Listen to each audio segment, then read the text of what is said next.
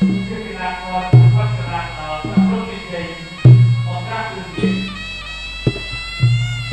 นี้ខ្ញុំបានសូមជូនសមាជិកភាពទូពិសេសទី3បង្គោលក្រហមកីឡាករកែវសុបិនអាយុ21ឆ្នាំកម្ពស់ 1m69 ទម្ងន់54គីឡូក្រាមធ្លាប់ប្រកួតចំនួន16ដងឈ្នះ10ដងស្មើ3ដងចាញ់3ដងនិងផ្ដួលដៃគូតស៊ូឲ្យស្លាប់ចំនួន5ដងគឺជាកីឡាកររបស់ក្លឹបកណ្ដាលកងពលធំអន្តរជាតិលេខ3ព្រះវិហារស្រុកកំណើតនៅភូមិអូចាឃុំស្វាយខ្វាកស្រុកបាត់ដំបងខេត្តបាត់ដំបងគ្រូបង្ហាត់លោកឡាវវុធីប្រកួតចុងក្រោយចាញ់កីឡាករសោមវិឆ័យនៅក្នុងទឹកទី3បាបង្គោលខៀវគឺកីឡាករច័ន្ទគង្រាអាយុ18ឆ្នាំកម្ពស់ 1m70 ទម្ងន់54គីឡូក្រាមដូចគ្នាធ្លាប់ប្រកួតចំនួន24ដងឈ្នះ19ដងបាទស្មើម្ដងចាញ់4ដងផ្ដួលដៃគូតស៊ូស្លាប់ចំនួន4ដងបាទគឺជាកីឡាកររបស់ក្លឹបប្រដាល់តាពុំមានជ័យបង្ក្រាបគ្រឿងញៀនគ្រូបង្ហាត់គឺលោកមាសសុគ្រីបាទអ្នកទាំងពីរគឺធ្លាប់ប៉ះគ្នាម្ដងរួចមកហើយបាទគឺកីឡាករបង្គោលក្រហមឈ្នះដោយបន្ទុកបាទថ្ងៃនេះគឺបើកឲ្យច័ន្ទគង្រាបាទធ្វើការប្រកួតសងសឹក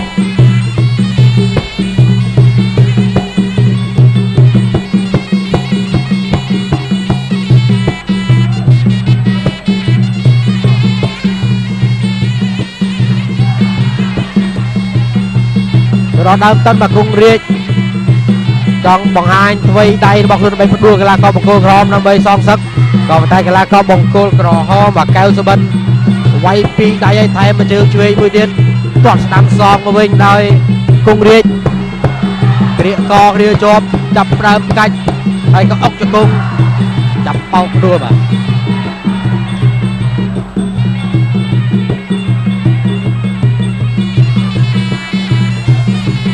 គូជំបន្តទៀត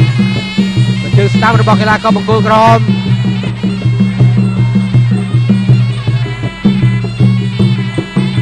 គង្រាចដើរចូលទាត់ឆ្វេងទាត់ស្ដាំអុកជង្គង់ស្ដាំចាប់អោបគ្រាជាប់អូបោកខ្លួនវិញម្ដងបាទ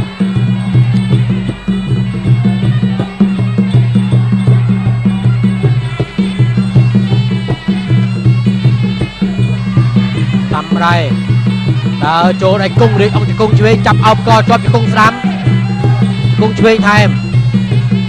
អញ្ញាកណ្ដាលបាទពមៀនទៅលើកីឡាករបង្គោលខៀវបាទឲ្យស្ដាប់គាត់ផង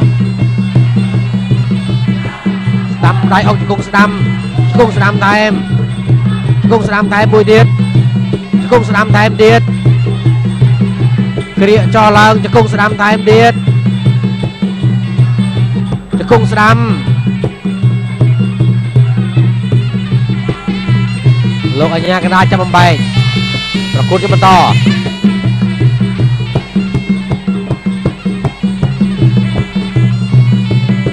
ត់ស្ដាំមកជើងដកខ្លួនគេចតន់ទាត់ឆ្វេងទាត់ស្ដាំ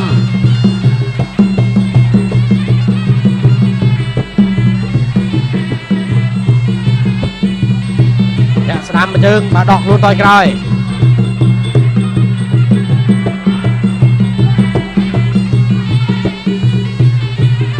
ទាត់ស្ដាំអីអូយបាទត្រូវជើងហើយក៏ដួលក៏តែអីទេអាចងើបឡើងវិញបន្តការប្រកួតទៀតបានទាត់ស្ដាំទាត់ឆ្វេងទាត់ស្ដាំសងវិញវាយឆ្វេងថែមស្ដាំចាប់កអុកជង្គង់តែមួយទៀតជង្គង់សងវិញចាប់បោកដួលបានយ៉ាងល្អកីឡាករបង្គោលក្រហមកែវសុបិនគង្រាចដើរចូលបាទចាប់អោបកជាប់ប្រកួតបន្តទៀតចាប់ទឹកទី1បានឃើញកាន់តែច្បាស់លាសញ្ញាដែលល្បីល្បាញរចនាបថខ្ពង់ខ្ពស់វិធានបទល្អដូចមាសគឺជាមោទនភាពដ៏ឧត្តមនិងសមិទ្ធផលដែលមានគុណភាពស្រាសេចដុំ XO ឧត្តមភាពនៃជីវិតកេរដំណែលនៃរសជាតិទូរទស្សន៍ព័ត៌មាន CNC នឹងផ្សព្វផ្សាយព័ត៌មានរបស់លោកអ្នកតាមរយៈកម្មវិធីរបាយការណ៍របស់ខ្ញុំសូមលោកអ្នកថតព័ត៌មានដែលបានកើតឡើងគ្រប់ពេលវេលានិងធ្វើជាសាក្សីសម្រាប់អ្វីគ្រប់យ៉ាងដែលបានកើតឡើងមិនថានៅទីណាក៏ដោយ ប្រសិនបើលោកអ្នកមានកាមេរ៉ាឬក៏ smartphone ព័ត៌មានសំខាន់នោះសូមលោកអ្នកចូលទៅកាន់គេហទំព័រ www.cnc.com.kh និងចូលទៅកាន់ link my report ហើយ upload ព័ត៌មានជារូបភាពឬក៏វីដេអូរបស់លោកអ្នកខ្ញុំឈ្មោះ Rap នេះជារបាយការណ៍របស់ខ្ញុំបន្ទាប់មកតាមដានព័ត៌មានរបស់លោកអ្នកតាមកញ្ចក់ទូរទស្សន៍ CNC នៅព័ត៌មានដែលលោកអ្នកបានផ្ដល់ឲ្យប្រហែលជាលោកអ្នកមានព័ត៌មានសំខាន់មានរូបភាពដែលយើងចង់មើលមានព័ត៌មានដែលយើងចង់ដឹងនិងចង់ទស្សនាសូមចូលទៅកាន់ www.cnc.com.kh ដើម្បីបញ្ជូនរូបភាពមកកាន់ពួកយើងក្នុងកម្មវិធីរបាយការណ៍របស់ខ្ញុំប្រាប់ពីព័ត៌មានរបស់លោកអ្នកដើម្បីចែករំលែកដល់ពិភពលោកទាំងអស់គ្នាកម្មវិធីព័ត៌មាននេះឧបត្ថម្ភដោយស្រាបៀរកម្ពុជាស្រាបៀរជាតិមោទនភាពជាតិ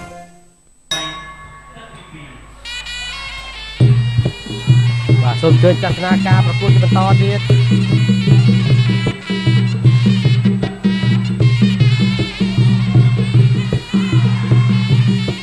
បាទតតឆ្វេងវាយឆ្វេងថែមស្ដាំតតឆ្វេងនៅកីឡាករបង្គោលក្រហម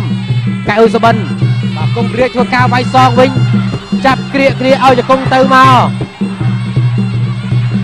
តតឆ្វេងមួយជើងធាក់ស្ដាំ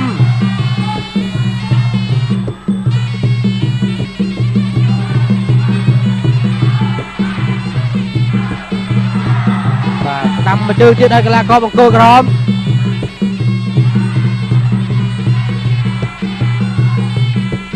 តតឆ្វេងអបកជង្គង់ស្ដាំថែម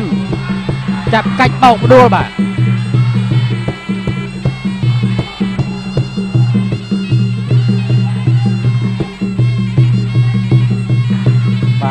ដេញចូលដោយគង់រាជត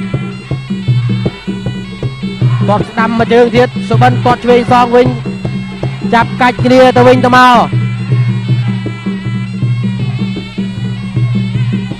ប្រកួតជាបន្តតតស្ដាំមួយជើង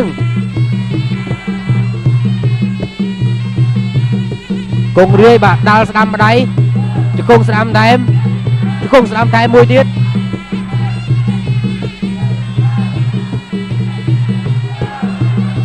ចាប់កាច់គ្នាទៅមកបាទចាប់បោកផ្ដួលគង់រាជជាយាមដើរចូលវាយស្ដាំខុសកែវសុបិនចាប់អោបកជាប់បងជង្គង់ស្ដាំ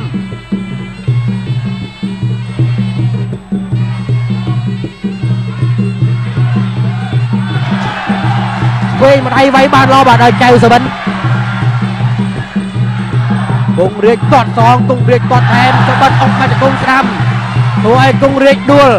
ក៏ប៉ុន្តែមិនអីទេអាចងើបឡើងវិញបន្តការប្រកួតទៀតបានបញ្ចាប់អោបកជង្គង់អុកចាប់បោកភាសាទៀតគង់រាជងើបឡើងមកធ្វើម្ដងអ្នកទាំងពីរបាទក៏ធ្លាប់ប៉ះគ្នាម្ដងមកដែរបាទកាលពីមួយរយៈមុនហើយកីឡាករបង្គោលក្រហមជាអ្នកយកឈ្នះបាទមកជើងស្ដាំបាទអូយបាទយ៉ាងណាក៏ដួលកុំអីអាចងើបឡើងបានមកវិញអុកជង្គង់ឆ្វេងចាប់ចាច់កកលោកអញ្ញាកដាចាប់បំបែកគង់រាជដើរចូលអុកជង្គង់ស្ដាំកែងស្ដាំជង្គង់ដួលដែរអញ្ញាកដារត់ទៅលើកីឡាករបង្គោលក្រហម2 3 4 5 6 7 8បាទងក់ក្បាលបន្តការប្រកួតទៀតក៏តែចាប់ទឹកទី2ដែរអ្នកយ៉ាងច្រើនសន្តិសន្ធរពីស្រាបៀរ Black Cat លោកអ្នកគ្រាន់តែក៏ក្រវិលកំប៉ុងស្រាបៀរ Black Cat Cream នឹងឈ្នះទឹកប្រាក់ចាប់ពី 1000 រៀលរហូតដល់ 3 លានរៀលរង្វាន់សរុបជាទឹកប្រាក់ 2000 លានរៀលព្រមទាំងឈ្នះរង្វាន់ជាស្រាបៀរ Black Cat មួយកំប៉ុងរហូតដល់ទៅ18លានកំប៉ុង Black Cat Beer នាំមកនូវភាពជោគជ័យពិសាគ្រឿងស្រវឹងសូមកុំបាក់បោ